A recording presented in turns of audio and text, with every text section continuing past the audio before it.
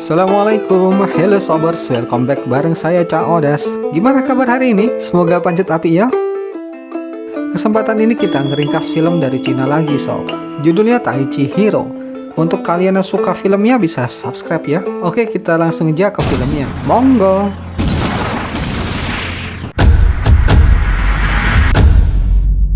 Pada awal scene kita dilihatkan glider kuno pada masa pemerintahan dinasti Qing Cina. Emang udah ada zaman itu. Lanjut, pasukan Inggris sudah menduduki sebagian besar kota di Cina. Dan di sini kekaisaran mengangkat Pangeran Dun sebagai komandan tertinggi pasukan militer untuk melawan pasukan barat. Scene berpindah di cewek cakep imut yang mau kawin. Dan pengantin prianya adalah Lu Chan. Dia karakter utama di film ini sob. Di perayaan nikahnya dia malah tidur-tiduran. Ya dicarilah dia sama orang. Lanjut, pada saat mereka mau melakukan sumpah, tiba-tiba ada seseorang datang di luar. Adik dari pengantin pria tersebut langsung menyerang. Ternyata kungfu pria asing tadi lumayan hebat. Ternyata dia adalah kakak dari Yunyang, namanya Zhayang. Oh iya, Yunyang ini putri dari guru besar Chen dari perguruan kungfu Tao yang terkenal sakti. Next, guru Chen melihat putranya datang, tapi dia malah pergi. Kayaknya ada masalah ayah dan anak di masa lalu sob. Next, perayaan berlanjut sampai malam. Dan di sini Zhayang penasaran kenapa adiknya yang cantik kok dinikahkan sama orang yang biasa aja dan orang luar.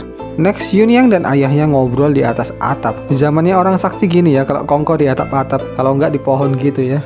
Yunyang tanya, kenapa ayahnya kok nggak suka sama kakaknya? Ayahnya cuman bilang kalau kakaknya itu suka nyanyiakan dirinya. Scene berpindah di kamar pengantin. Yunyang minta Lu Chan untuk tidur di bawah, bukannya di kasur. Dan gak boleh manggil sayang, tapi harus manggil guru. Soalnya Yunyang yang bakal ngajarin ilmu dari kungfu keluarga Chen.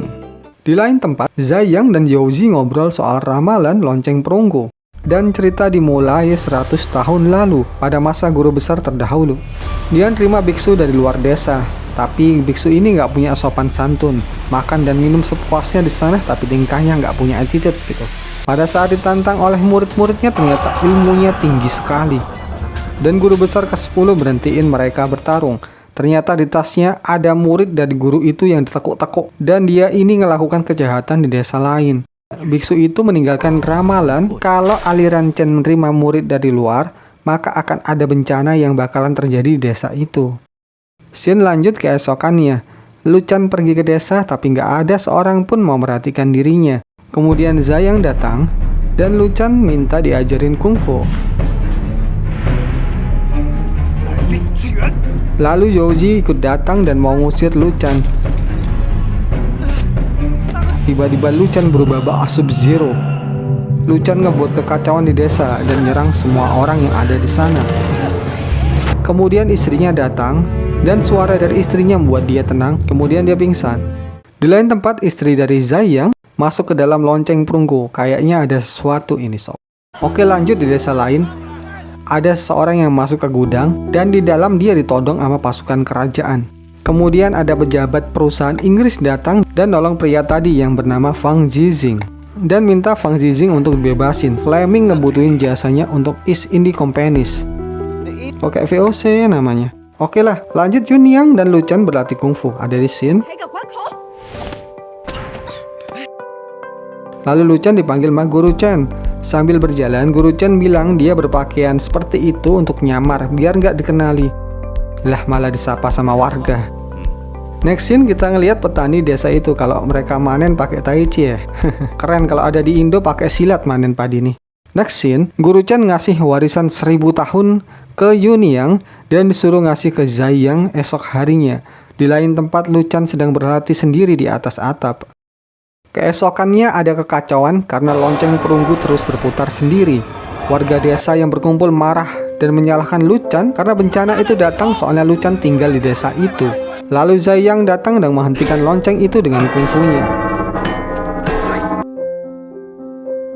Di atas, Guru Chen mendatangi istri Zhayang dan dia ketahuan kalau tadi dia nyusup ke dalam lonceng ternyata masang mekanisme untuk buat loncengnya berputar terus. Kembali lagi di bawah, Lu Chan dipaksa pergi dari desa, tapi istrinya ngebelain Lu Chan. Kemudian, Zhayang mencalonkan dirinya untuk menjadi guru besar berikutnya. Jadi ini tujuannya Zhayang sob. Tiba-tiba ayahnya datang dan membongkar kedok Zaiyang karena sudah tahu dari awal apa rencana mereka. Dan bukti-bukti dibuka oleh Guru Chen kalau ternyata dia berhubungan dengan pengkhianat negara yang bernama Fang Zixing. Lalu Lu Chen diminta untuk bertarung dengan Zaiyang. Ada di scene pertarungannya.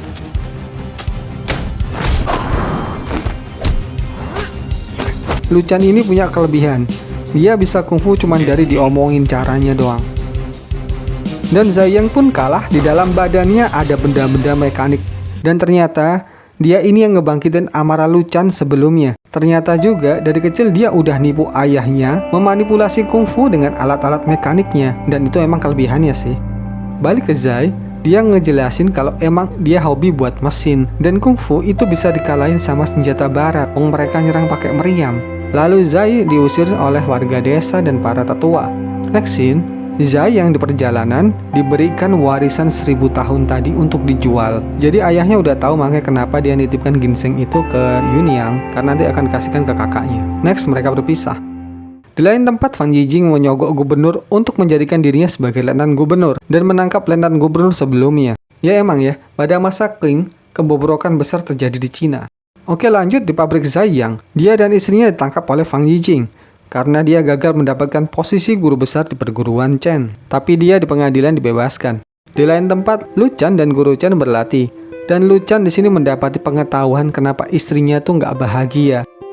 Lalu dia pergi ke besi besar dan menghancurkan mesin besar itu dengan tinjunya. Kemudian istrinya manggil dia untuk kembali ke desa. Nah, istrinya kelihatan senang banget mukanya, nggak tahu kenapa. Lu Chen pun ikut kembali ke desa. Kemudian mesin itu hancur berkeping-keping dengan sendirinya. Di lain tempat, uji meriam oleh gubernur dan pejabat lainnya.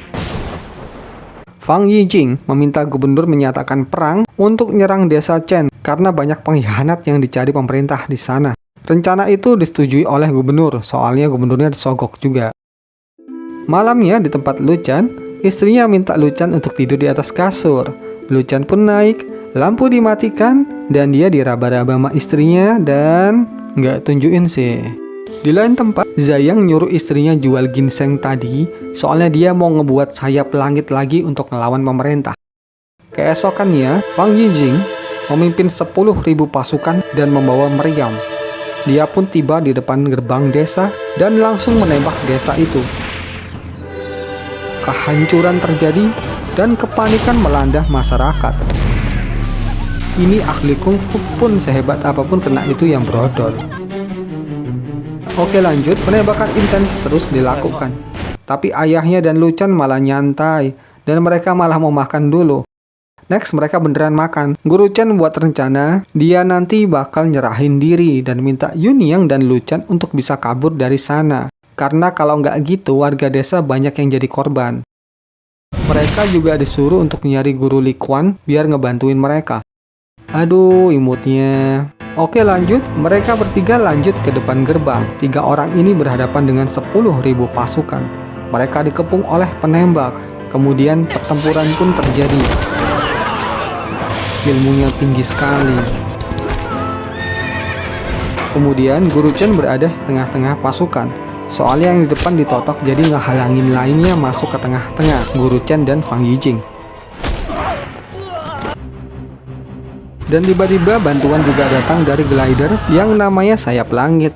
Itu adalah Zaiyang yang datang ngebantuin mereka kabur dan ngelemparin bom sama nembakin ngebuat semua pasukan kocar-kacir dan modar. Meriam ditembakkan ke arah glider tapi meleset. Akhirnya Lu Chen dan Yunyang berhasil ngelewati pasukan dan naik ke sayap glider. Dan bom terakhir dilemparkan ke Fang Yijing, tapi dia nggak mati, cuma kelempar aja. Kemudian Guru Chen menyerahkan dirinya. Di glider, Zaiyang terjun bebas karena beban di atas terlalu berat untuk mereka bertiga. Dia pun jatuh dan ikut ditangkap. Di lain tempat, Fang Yijing dibawa oleh Flaming ke sebuah tempat karena udah gagal dia. Next scene, Yunyang dan Lu Chen jatuh ke sebuah desa. Lalu mereka naik kuda ngelanjutin perjalanannya. Di lain tempat, Zaiyang dimasukkan ke penjara dan ketemu ayahnya. Di sini dia nyesel karena perbuatannya dahulu. Dan ayahnya ngakuin kehebatan dan bakat dari anak pertamanya ini. Hal ini ngebuat Zaiyang menangis karena udah dimaafkan oleh ayahnya. Kembali ke Lu Chen yang udah datang ke Peking, masuk ke tempat Guru Li Quan dan langsung diserang oleh orang ini. Tarungan pun dimulai. Lu Chen pun menang dengan mudah. Ternyata mereka ini harus melewati 7 petarung sebelum sampai ke tempat Guru Li Quan. Satu persatu petarung mereka kalahkan. Ada di sini. Di tempat lain, Guru Li mendapatkan laporan kalau murid-muridnya dikalahkan oleh Lu Chen. Kemudian Guru Li menemui mereka. Di dalam banyak koki yang lagi masak. Lu Chen dan Yun Yang minta bantuan atas kejadian yang menimpa desa mereka. Tiba-tiba, Pangeran Dun datang. Ternyata ini adalah rumah dari Pangeran Dun. Pantas banyak koki. Dan Pangeran Dun dengar laporan Lu Chen dan Yun Yang tadi dan gak bisa langsung percaya sama omongan mereka.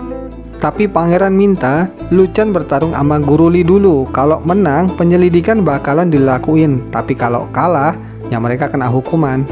Lanjut, pertarungan dimulai. Di atas apa itu namanya? Kusen lah ya.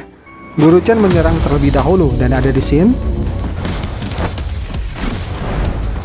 Di sini kungfu Lu Chen ternyata imbang dengan Guru Li Quan. Pertarungan terus berlangsung. Lu Chen ini bisa ngebaca pergerakan Guru Li Quan hanya dengan pikirannya. Kemudian dia nyerang Guru Li. Lu Chen ternyata lebih unggul dari Guru Li Quan. Setelah itu masakan sudah siap untuk pangeran dan dihidangkan. Mereka berhenti bertarung dan Guru Li langsung hormat dan mengaku kalah dari Lu Chen.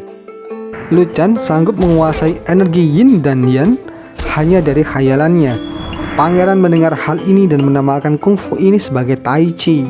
Mereka berdua pun berterima kasih pada pangeran. Dan penyelidikan dilakukan atas Fang Yijing. Ayah dan kakaknya dibebaskan dari penjara beberapa waktu kemudian. Scene pindah, di mana Fang Yijing dibawa ke sebuah tempat aneh untuk diteliti oleh Fleming. Dan film pun berakhir. Oke sob, itu tadi review dari Tai Chi Hero. Semoga kalian bisa terhibur. Dan untuk sequel berikutnya bisa ditunggu ya. See you soon dan assalamualaikum.